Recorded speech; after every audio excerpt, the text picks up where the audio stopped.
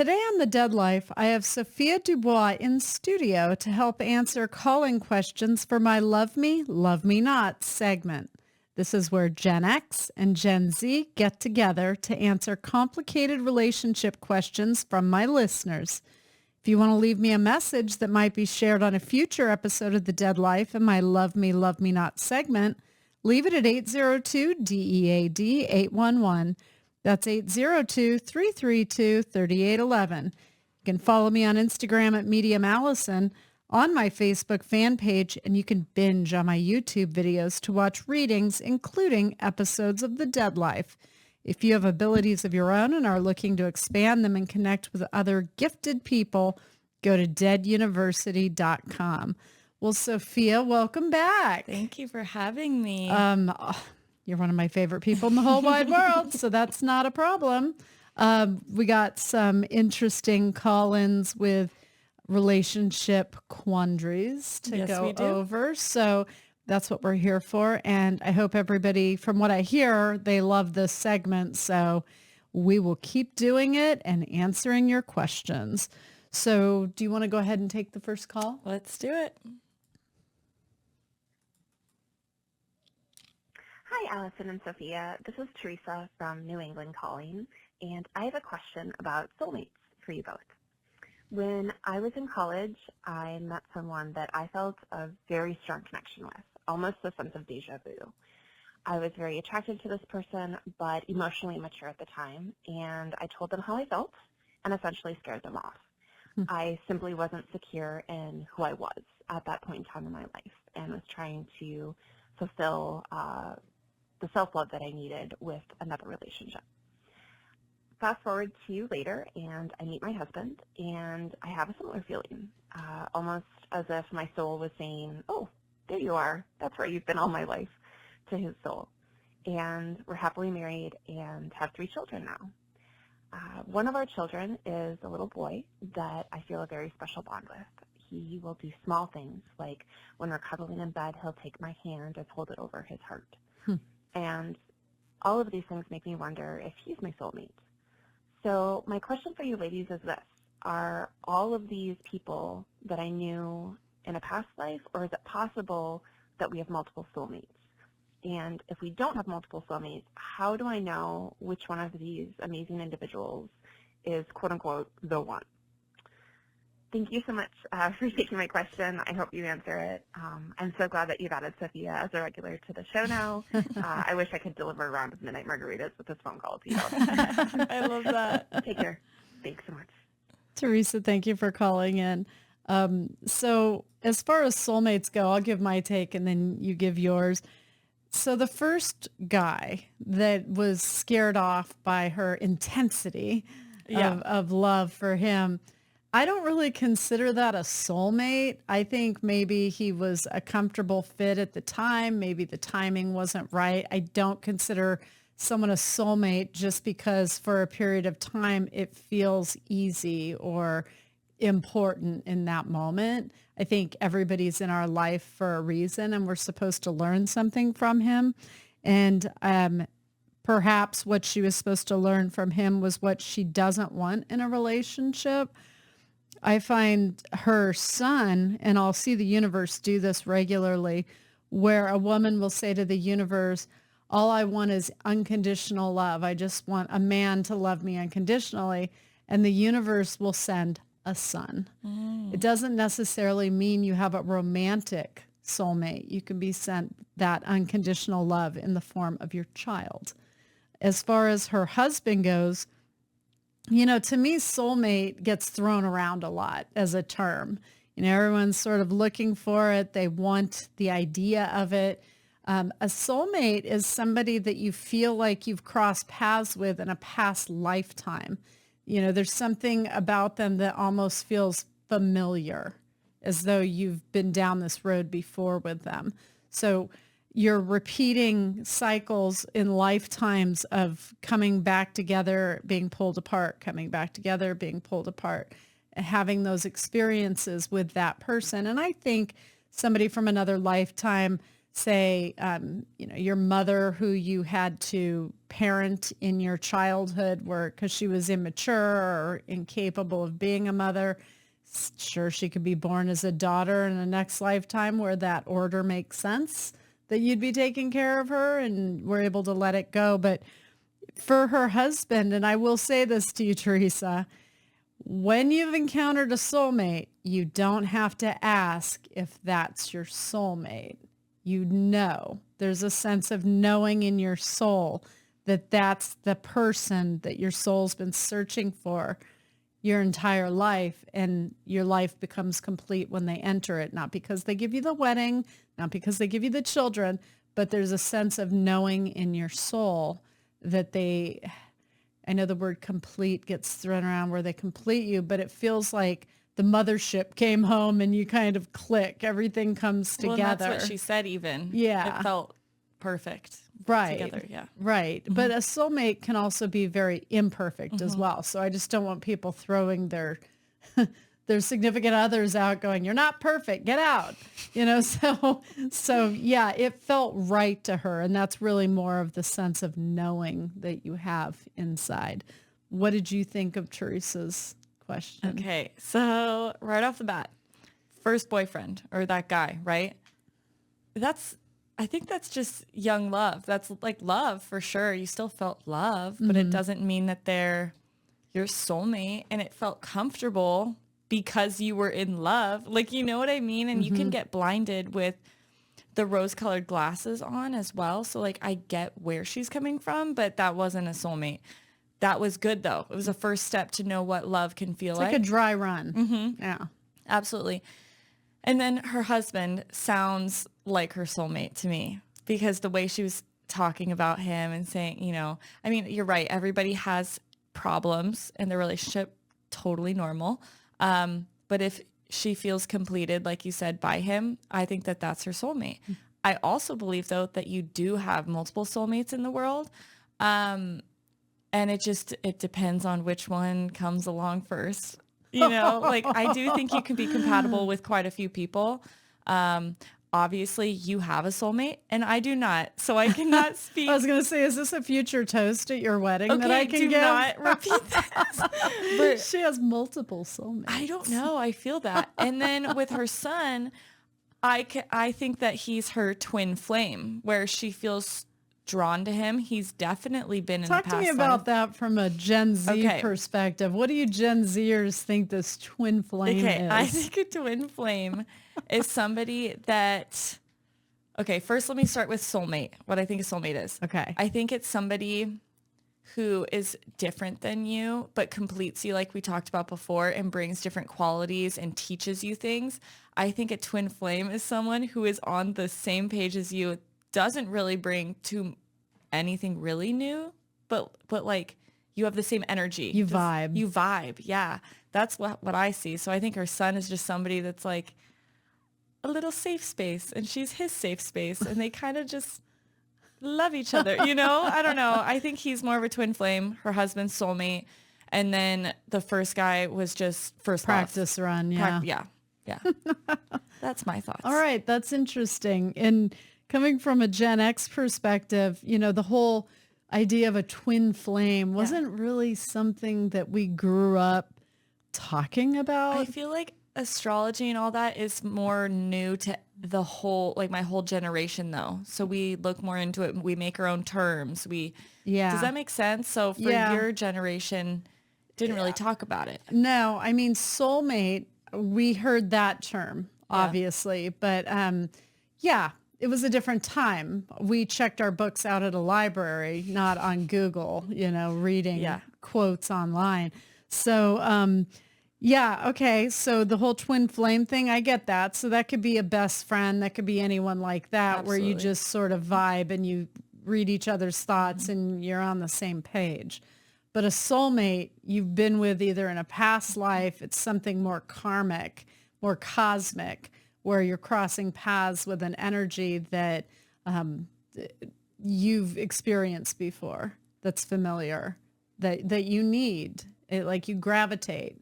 Mm-hmm. So I find that's interesting. So I just wanted to illustrate the difference in generations there. Yeah, I get it. So do you want to go to the next caller? Yes. Okay. Hi, Allison. I just saw this as an option, so I thought I'd try. My younger sister is in a relationship with someone who is a narcissist. He openly said he has a God complex. He has cheated on her. I think he's just going to keep hurting her. She's a single mom. I'm really worried about that. And then our grandmother, who passed away a few years ago, had kind of a similar trajectory. So I'm just wondering if you have any advice for her to kind of avoid some of those hardships. If there's anything I could do. I've basically gone no contact with my sister because I can't watch. And I feel like hearing my grandma telling me, oh, like, take care of your sister. So I just don't know what I should do. I don't know if that was a cohesive question, but is there anything I can do, though I know my sister's in a really toxic relationship?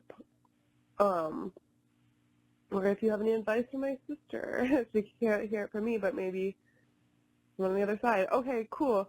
Thank you. So I find that, she talks about her sister and that she's with a narcissist that has admitted to having a God complex, which is really troubling to hear because he's telling you who he is. So he's self-aware. Right. So this isn't a surprise, but she's not. The sister's not, or she's not admitting it because she's more afraid of being alone than anything else. So I see women often will stay with a guy that's just toxic for them, absolutely brings them down. They're energy suckers. They're selfish. They take, and you give, but they'll stay because it's a familiar pain rather than starting over and being alone with their own thoughts, which is actually what they need because they need to work on themselves. I love the caller that she cares enough about her sister to call in. I agree. I will say to her, I've been in your shoes where you want to tell your friend the truth or your sister or a family member. And I've often in life been brave enough to be the one where I'm the messenger and they're going to kill me. And I know that's what's going to happen, but it needs to be said. And they resent you for it and they look back. They'll distance themselves from you because you're a reminder that they were wrong and they feel stupid and they don't know what to say to you. So after a while, and this is what age does for you, I learned I didn't want to be the messenger anymore. You can give them advice when they ask for it in a roundabout way. I find it helpful. Well, what would you tell me if it was me, in your shoes? Because it forces them to hear that idea in their head of what they'd respond with if the tables were turned and it was you with the narcissist. So I find posing questions to them to be more helpful because they end up having to answer that themselves. Your sister sounds like she's in a generational karmic trauma cycle, which I see in many families in my clients that I read. I know Tom McMullen does as well. Your grandmother had this kind of a relationship. Now your sister's repeating it. If your sister doesn't break her karma to achieve her dharma, she will pass it on to the next generation. That's how these things work. It's the universe trying to get a link in the family to evolve by choosing something different than they'd always chosen before, to be the brave one, to be the courageous one, to take that risk of being alone and choosing yourself. So I would say her sister has a low self-esteem. She doesn't value herself first right now unless she's in the relationship. She seems to be just fearful of life in general, and especially being a single mom. I think that's where she's really afraid. She wants to provide a father figure for the child, but you have to question what this man has to offer that child in terms of what he's teaching him. And I think that this is a bad example or role model to put in the child's life if he's a self-proclaimed narcissist with a God complex, quote unquote, his words. And that's not who you want around your child. He's better off without a father figure. And I will say this on behalf of all children, because I'm obviously grown, who had moms that married so that we had father figures. Don't do us any favors. You know, grandma. Yeah. You know how many times she was married. She was married multiple times by the time I was 18. Always wanted the father figure for us. And we had many. 5. And we'd much rather have had the strong single mom that showed us how to stand and how to persevere on her own, rather than all of these stepdads that were in a revolving door of life just to learn over and over that people leave you. Mm-hmm. People that you love leave you. That's what you teach the child when you have that situation. Or you teach them to stay at all costs, even if that relationship is hurting you. And neither of those are good lessons to teach children. Fortunately for me, I'm really intuitive. I learned from my mom's husbands what I didn't want in a relationship in my life. And I drew in Joe, who is the antithesis of every stepdad I ever had. No offense to my stepfathers out there, but that's reality.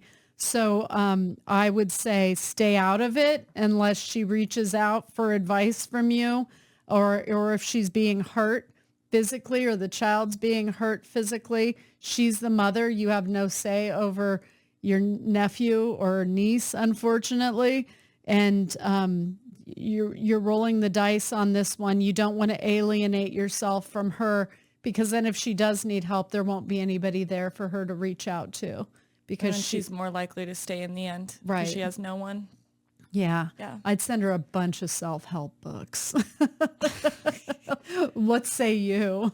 Oh, gosh. So from you talking about the child, and you're like, okay, you don't want them to watch this behavior and think that it's okay, right? Right.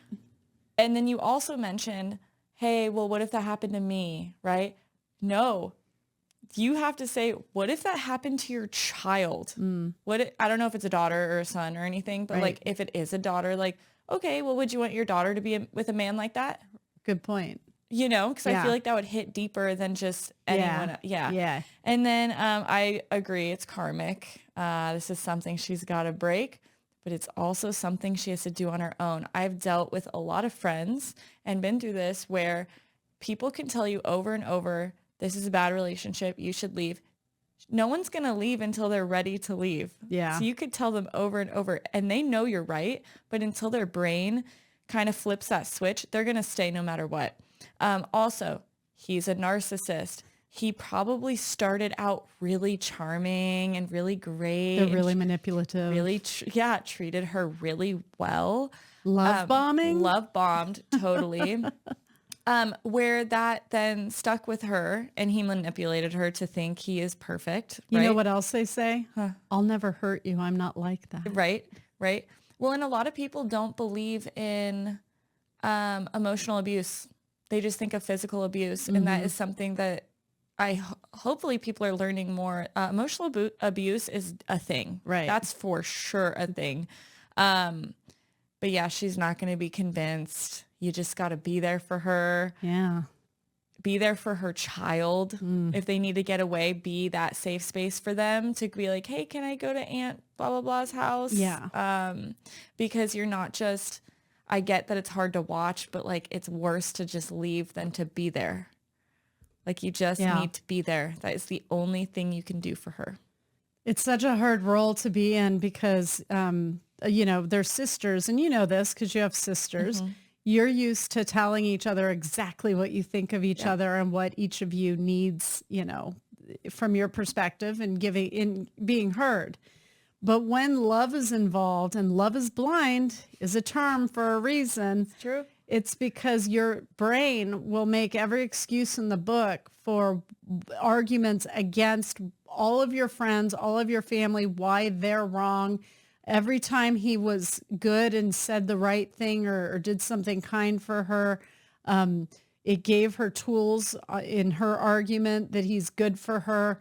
and she compartmentalizes the bad stuff in her mind and tries to let the good outweigh the bad, even if the bad becomes so obviously heavier Yeah. in her life. And it's delusion in relationships. You know, we see what we want to see and we follow our heart. And it's one of the things that's beautiful about human beings is we do follow our heart. But you were talking about emotional abuse. And I think this is so important because a fractured arm, a black eye, we see that. We're like, ooh, we're in the physical world. It's visual. We get that. prove it. We're like, you got to get out, right? But our soul in tatters as it's been shredded by being torn down over and over again by the person who proclaims to love you, is we can't see that. It's not visible, but in the ways that it shows itself is in her insecurities. Well, it's interesting when you say everyone remembers the best times, which is so true. I mean, I've done it. Everyone's done it. But there's actually, Gen Z speaking here, a TikTok trend right now. And it's where it shows it's two best friends and one goes, "Aw, remember when we used to dance in the rain together?" Like talking about her ex to her friend. And her friend goes, "Yeah, remember when he punched you in the face?" And so it's so true. And then the girl's face falls. She's like, yeah, you're right. You're right. Yeah, that was a little bit more profound than the dancing in the rain. Right. Yeah.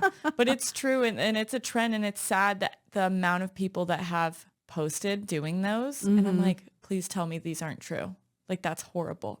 So it's true, though. Well, and I would say as a Gen Xer, you know, I remember being a tiny girl in the late 70s, and I had a stepdad who was abusive and a drinker back then. And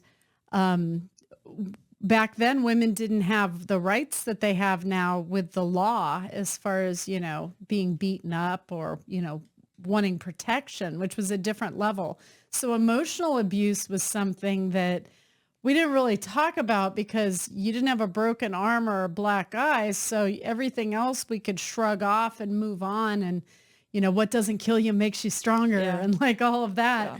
So that's how Gen X grew up, seeing all of the ways abuse could be, or a healthy relationship. Some people out there had parents with completely healthy relationships and they never saw the ugly side of it. But when it came to emotional abuse, that was something that was sort of swept under the rug because if he's bringing home his paycheck, he's paying the bills, there's food on the table, he's working hard, and he doesn't hit you, you were winning, girl. That was a lucky hand back then in your relationship. Sad, So now there's this higher bar where we're paying attention to the soul and the injury to our sense of self. Coming from outside of us. And it's a much higher level of awareness than anything we've actually seen before. Well, we've made so many strides, I feel like, because, I mean, social media has pros and cons, obviously, but it has made people aware of certain things. True. Because now everyone knows the term gaslighting. Okay. That's so true. And so then you can pinpoint it so fast if someone's doing that to you. Love bombing. Right. Okay, well, now I'm aware of what that is. So I feel like people are more educated on what that looks like with so many examples on the internet that, like, if you have a question of, hey, is this emotional abuse? Google it. Someone else has gone through it. I will say, though, if more people are aware of it, is in a generation or your generation and the one above you. Our generation kind of knew what that was because, you know, we had big words in television shows and stuff, so we watched those. But some people will use the term incorrectly. Absolutely. And then they get paranoid and they're like, he brought me flowers. Is he love bombing me? It's like, he brought you flowers. Shut up. Friends. Yes. My friends literally the other day. Yeah, tell that. I mean, it's so true. It's like now guys can't even be nice without thinking that you're going to put him in some sort of a bucket of being a love bomber or a narcissist, or, you know. That is a good point, though, because one of my friends the other day, she goes in our group chat, our girl group chat, and she said, guys, like, I'm overwhelmed. I don't know if I want to go on this date with him. And we're like, what happened? And she's like, he's love bombing me. And I'm like, what is he doing? And she goes, he's giving me a lot of attention and complimenting me. It's too much. And I'm like, that's a good thing. Like, that's good. So you're right. Some people and misdiagnose what's going on, and then the guys, they're screwed. And they blow up the meaning of the sentiment of the word and the term and what it's really supposed to mean. They blow it out of proportion. So back in our generation, if a guy didn't show up with flowers, we closed the door in his face and we're like, bye, this isn't going to work. Okay, but I grew up with you as my mom, and so I do that to guys right now, and I'm like, where are the flowers? I know. Why didn't you open my car door? Proud and they're of like, you. Keep your standard high. True, honey. but then I wouldn't say half, but like some of the women out there are like, oh, 50-50 equality. I can open my own door. I'm like, no, please. You know what? And they'll always have to. Because no one's ever opening I it don't for want to them. touch a handle. Oh my God. Right? You shouldn't have to. And here's the thing. It's not polite. that you're incapable. Yeah. Right. It's etiquette. It's etiquette. It's not that you're incapable of opening a door. Yeah. The gesture of opening a door is his way of saying, I value you. It's the effort. You're precious to me. There's more of a sentiment behind it. And it's not literally that you can't do these things for yourself. So there is that section of your generation and the millennials that took it way too far. I think it's more millennial. Yeah. I feel like Gen Z is pretty, we like it when we like those gestures. You mirror Gen X. That's why. So millennials mirror the boomers, as I've talked about before. And the boomer women were like, you know, I can fix a car. I can do this. I can do that. I don't need you to be a gentleman, whatever. And they started that. You know, I can do it myself sort of energy. And then millennials came along and picked it up. Gen X was there going, oh my God, I love flowers and candy. How wonderful. Yes, pick me up, please. Right.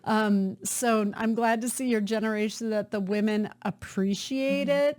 Don't look at the few greasy wheels that are just noisy and dirty and messy as hell out there that are the squeaky wheel wanting to get the oil that are just saying, I could do it. I can do it. It's like, then just sit home and do it all yourself. You don't need a man at all. So let's not talk about it.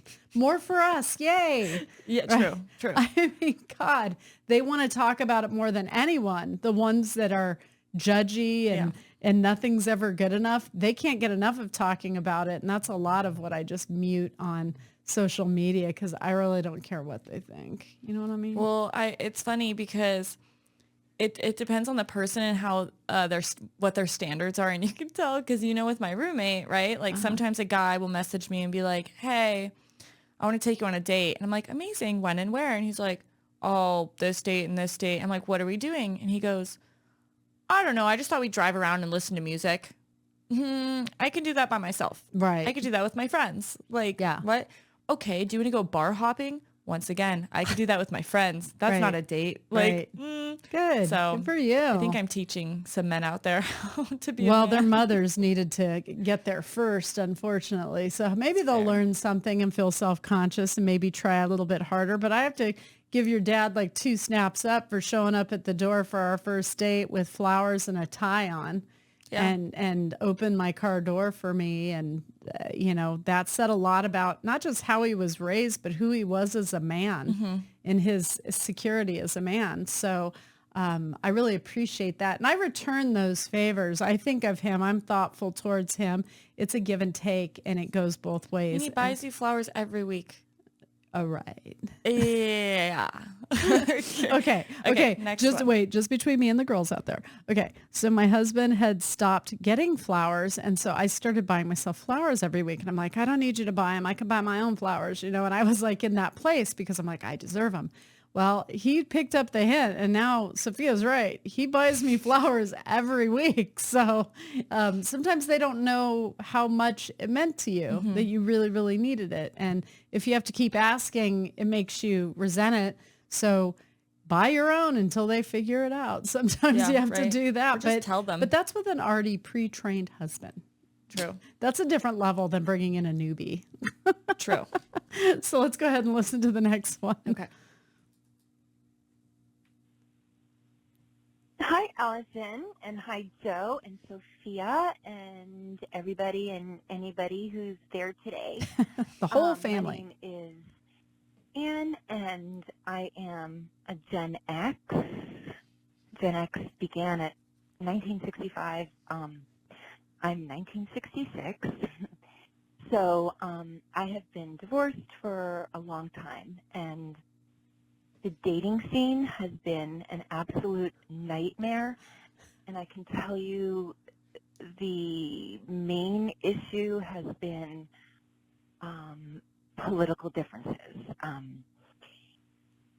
I would say people who are more conservative these days are extra conservative, and those who are not are considered liberals.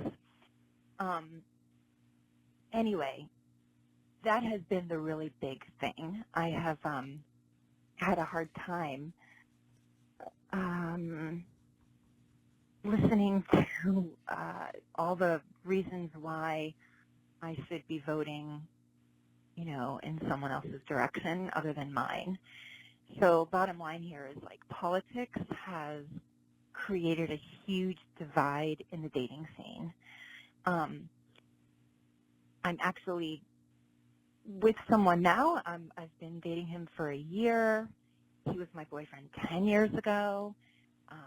He actually was like the love of my life, but the timing wasn't right 10 years ago. We're together now, but he is totally conservative, and I am the opposite. And so it's like I knew that going into this. He knew that going into this. We treat each other with a lot of respect, but between me and you and the four walls, it does upset me deep down. Yeah. So that's been my issue. I don't know if other people have that issue. And I'm sorry to keep rambling, and I love you, and thanks for all your amazing work. Okay, bye-bye. I included this one because I think this is an important question to address in this day and time. Yeah. Because this day and time is unlike any other time in history as far as how divided the country can be. I love her energy, by the way. I thought it was funny that she couldn't bring herself to call herself a liberal, but that was kind of funny. But I love that she's redating the boyfriend that was the love of her life. Me too. I think it's a mistake for people who disagree on something it's not even just who you vote for now. It's like your entire belief systems are at play now, and whether or not you agree on and value the same things. So these are your values, your core beliefs, which is very important in having a healthy relationship. Usually you gravitate to somebody who has a similar belief system as yourself. But I just think that if this is the love of her life, and she was lucky enough to draw him back in, and you want to keep this relationship and grow the love, that love's supposed to outlast presidential elections, the political cycles. Don't talk about politics ever. If you don't agree, in my opinion, it needs to be off the table for discussion. When you drink, when you're sober, when you're in bed, when you're having dinner, all the time. Like, it doesn't come up. And if you want to maintain the relationship, you can talk about anything under the sun, anything, travel and your hopes and dreams and movies and music, and you can enjoy all of these facets of life together. All you have to do is avoid talking about politics. And if you can do that, the relationship can grow and foster and carry you far beyond any election cycle. If you can't do that, you are your own destruction. And remember that you chose being right in your mind over, quote unquote, the love of my life. What say you? Yeah, I think that as long as, because she was saying this, she's like, oh, when they're Republican, they're really right? They're way too Republican. Really conservative, yeah. Yeah. And then when they're liberal, they're way liberal, Right. which I get. I get that. But it sounds like this guy isn't one to tell her what to do, for instance, with her body. He doesn't sound like somebody who would be like, well, did you hear this on the news? blah, Right. blah, blah, blah, blah. No, like, yeah, you're right. Right. Just don't talk about it. It sounds like you're both sort of Reasonable adults kind of see with both history. sides, but just don't talk about it. Yeah, I mean, you don't even have to agree on anything other than where you're going for dinner on Friday. That's all you Yeah. have to agree Yeah. to do. And that's not such a hard ask. You know, we always say in love, and we see this depicted in movies and in songs, I would do anything for you. I would die for you. People throw those words out. It's like, will you not talk about politics for me? It's so easy to Right? just not. So do that. And I hope that helps her, because I mean this truly. And I know we laughed, but the reason I wanted to have this question, this call in, and thank you for calling in, because I think it's such an important dilemma that a lot of people have faced, and it's actually ended a lot of marriages and relationships. And I do wonder if there are a lot of people that will go to their grave thinking that they were right. And they weigh that above all else in their life. And I know from the dead, that is a big, big mistake. Yes, you have to be true to your beliefs, but part of love is being able to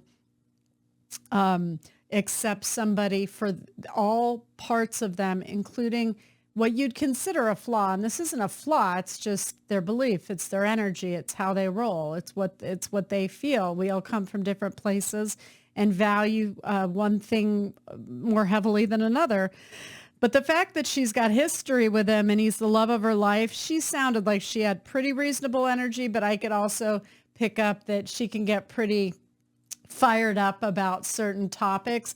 Turn off the news, light the candles, make him his favorite dinner, let him give you a back massage, and enjoy what you were here to do, because we weren't all put here to just talk politics. Totally. Yeah, that's not everything.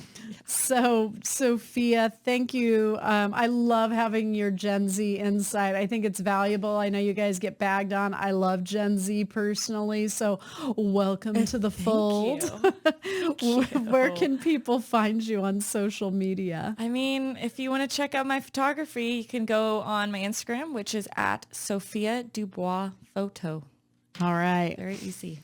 Well, Sophia, thank you for your insight. I also want to send out a big congrats to our daughter, Aurora, who's on tour right now with the Ashley Wineland Band. I know they're in Jackson Hole, Wyoming, for a huge festival this weekend, and we're so excited and proud of her. A big happy birthday to my husband, Joe, and our daughter, Aurora. Right. And a very happy Father's Day to all of the dads out there. Thank you to my listeners for tuning in. You can catch me next Tuesday for a fresh episode of The Dead Life. Next week, I'll have our in-house astrologer, Tom McMullen, here to tell us what's going on with the planets and the energy around us. I'm Allison DuBois. This is The Dead Life. And to all of my believers out there, don't stop believing.